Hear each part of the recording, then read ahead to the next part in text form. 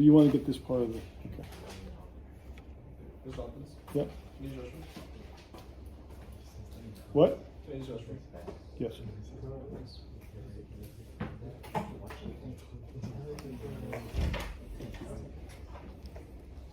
Okay, so this would be the kind of question we're going to ask you on the test. Okay, so I'm kind of going to try to give you what our answer would be.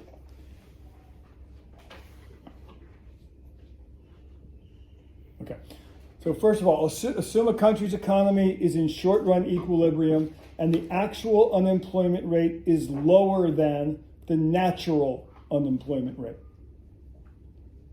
So what kind of an economy do we have here? What's the problem? Which kind? Negative. Positive, right? The Unemployment is lower than the natural actual rate lower than the natural rate. So you have a positive output gap, which is this over here. Okay? And what have I drawn you? So this is so then let's go on to the next part of the question.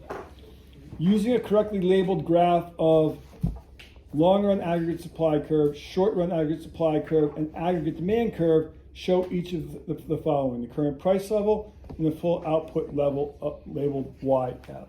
So what you're going to do here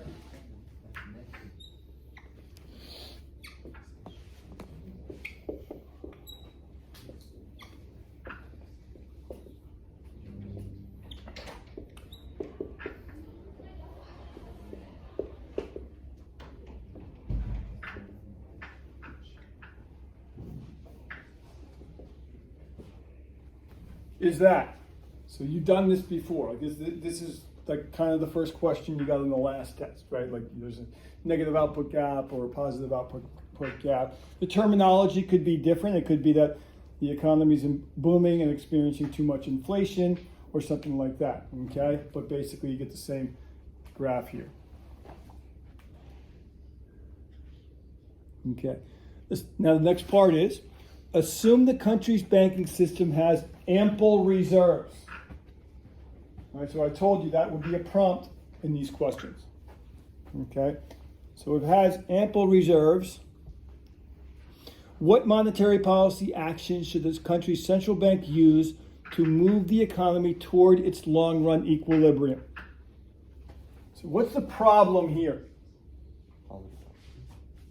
What's the problem here?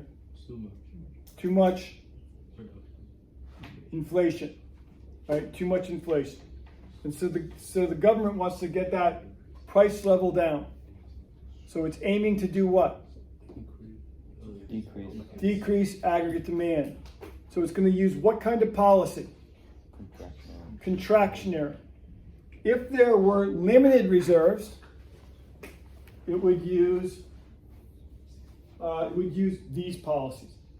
But not in this question. There aren't limited reserves, there are ample reserves. So these policies won't work. And so it has to use those policies we just talked about related to an economy with our ample reserves. Okay?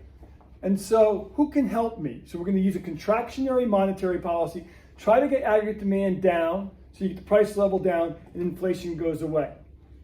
Right? So the idea is, as we've shown over here, you have to get interest rates down.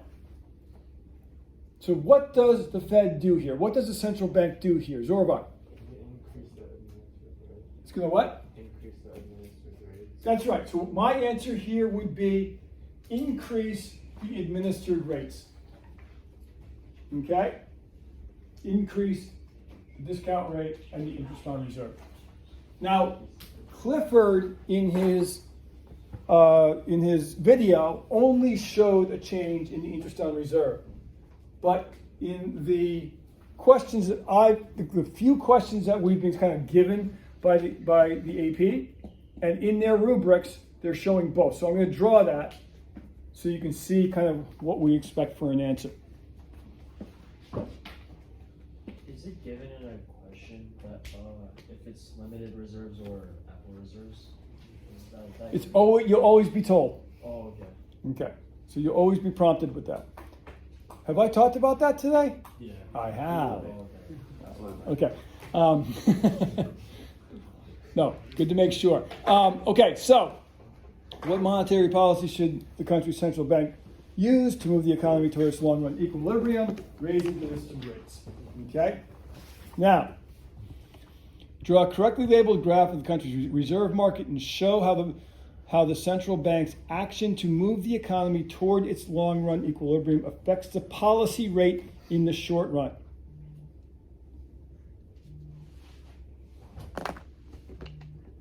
Okay. So here you have to draw the graph. Okay?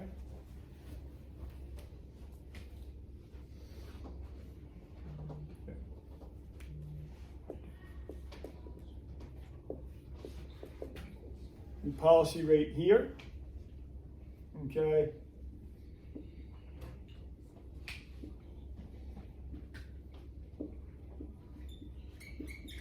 Quantity of reserves here. Okay.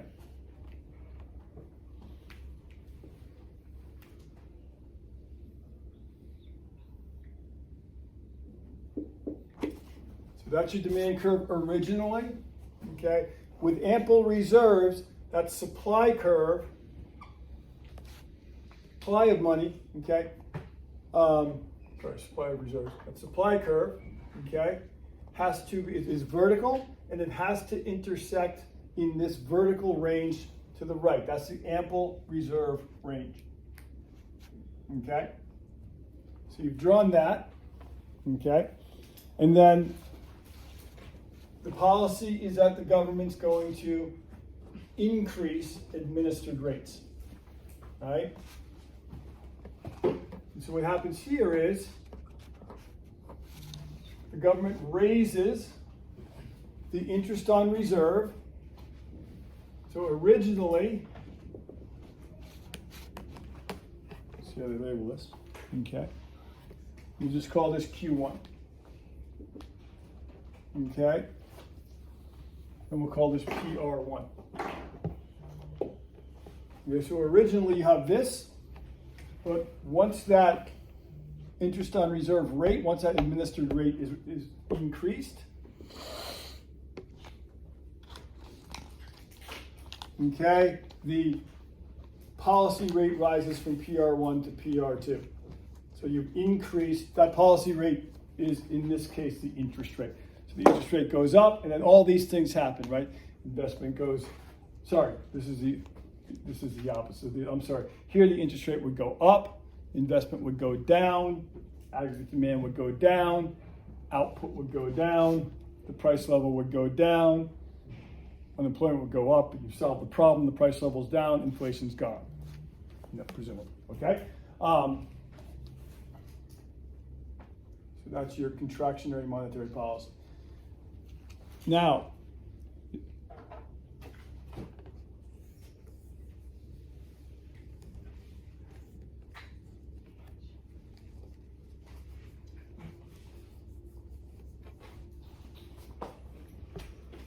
okay, based on the interest rate change from Part C.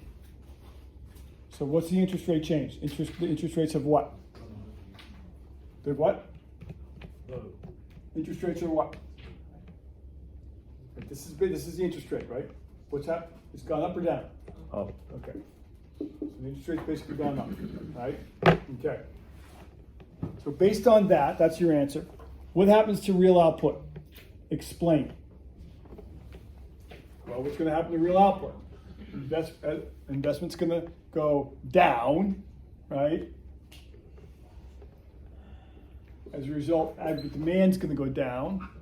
And so real output decreases. It says explain. The explanation is here. It's the opposite of this, right? But it's interest rates go up, therefore investment goes down, therefore aggregate demand goes down, therefore output goes down. Okay? What happens to employment? No explanation here. You just say employment decreases, right? People lose their jobs as production reduces. And that's it. So expect a question like that. I'm going to stop here, but then I'll take questions.